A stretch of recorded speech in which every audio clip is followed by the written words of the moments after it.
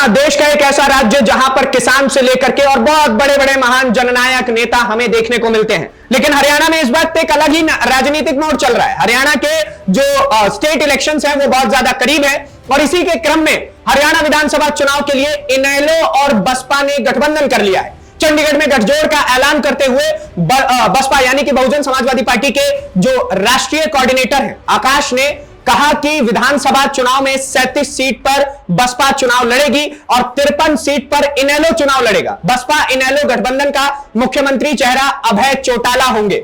1996 के लोकसभा चुनाव के दौरान इनेलो व बसपा के बीच पहली बार गठबंधन हुआ था। इनेलो के 7 लोकसभा सीटों पर और बसपा के 3 लोकसभा सीटों पर चुनाव लड़ा था और इस चुनाव में बसपा ने एक अंबाला लोकसभा सीट पर जीत हासिल की थी, जबकि इनेलो प्रत्याशी राज्य के 4 लोकसभा सीटों कुरुक्षेत्र, हिसार, सिरसा और भिवानी पर चुनाव जीते थे। इसके बाद साल 2018 में बहुजन समाज पार्टी के और इनेलो के बीच राजनीतिक गठजोड़ हुआ, लेकिन यह गठबंधन विधानसभा चुनाव तक लोगों के बीच नहीं पहुंच पाया और अब तीसरी बार इनेलो ने अपना खोया हुआ राजनीतिक वजूद बचाने के लिए बसपा के साथ गठबंधन की पहल की है। पिछले सप्ताह ही अभय सिंह चौटाला बहुजन समाज पार्टी सुप्रीमो मायावती के साथ नई दिल्ली में मुलाकात कर चुके हैं। इस दौरान अभय चौटाला ने कहा कि विधानसभा चुनाव को लेकर हमारा एक साझा घोषणा पत्र होगा। SC ST की नौकरियां भरी जाएंगी, जो कोटा खत्म किया गया है उसे हम वापस लेकर के आएंगे। SC ST को 100 गज की मुफ्त प्लॉट भी दिए जाएंगे। SC ST बच्चों को मुफ्त कोचिंग दी जाएगी और SC और DC को मुफ्त कॉलेज शिक्षा भी दी जाएगी, चाहे वो सरकारी या प्राइवेट किसी कॉलेज में पढ़े। और जो जनरल कैटेगरी के बच्चे हैं उनके लिए भी एक अलग तोहफा है। जनरल कैटेगरी के जो बच्चे हैं उनसे जो बॉन्ड भरवाए जा रहे हैं हम उसे खत्म करके दिखाएंगे।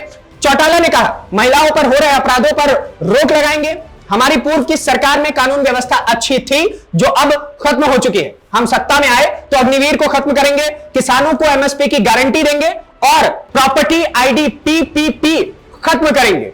HKRN को खत्म करेंगे और इसकी जगह स्थायी नौकरियां निकालेंगे। सभी पोर्टल्स खत्म करेंगे। उन्होंने कहा कि प्रदेश में बदमाशों का दबदबा बढ़ता जा रहा है। मुख्यमंत्री इसे रोकने का बयान तो बड़ा लंबा चौड़ा देते हैं, लेकिन लोगों को सरकार इन्हीं लोगों को, ये जो बदमाश है इनको सरकार जो है वो संरक्षण दे रही है। चौधरी देवीलाल ने बुढ़ापा पेंशन शुरू की थी जो आज 3000 है।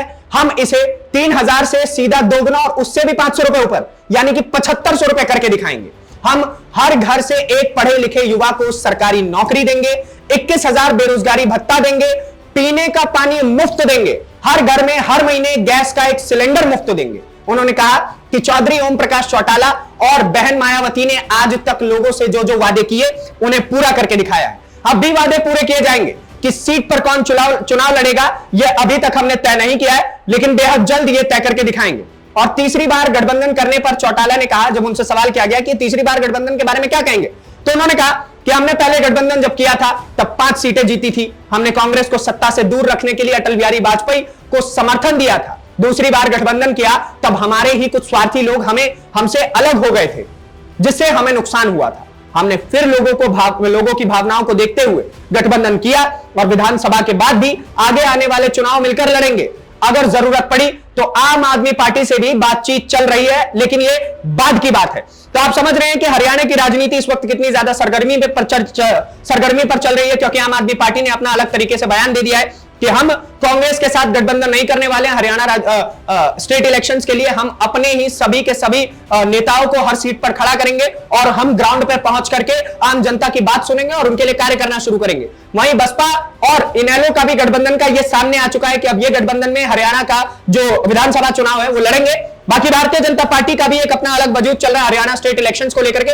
आपके हिस्से की राय क्या है? हरियाणा किसके हाथ में आएगा? वो धरती जो हरित क्रांति के लिए मशहूर है, जो वो धरती जो किसानों के लिए मशहूर है, वो धरती जो पहलवानों के लिए मशहूर है, वो धरती जो खिलाड़ियों के लिए मशहूर है, वो किसके हाथ आने वाली है? कौन उसकी सत्ता पर काबिज होगा? मुख्यमंत्री की कुर्सी पर कौन विराजमान होगा? ये सारी बातें बेहद ज्यादा एक्साइटमेंट वाली है। आपके हिस्से की राय क्या है उसके लिए कमेंट बॉक्स में भरपूर जगह अपने हिस्से की राय रखिए। अगली वीडियो में आपसे फिर से मुलाकात होगी, तब तक के लिए दीजिए इजाजत। धन्यवाद, नमस्कार, जय हिंद, जय हरियाणा।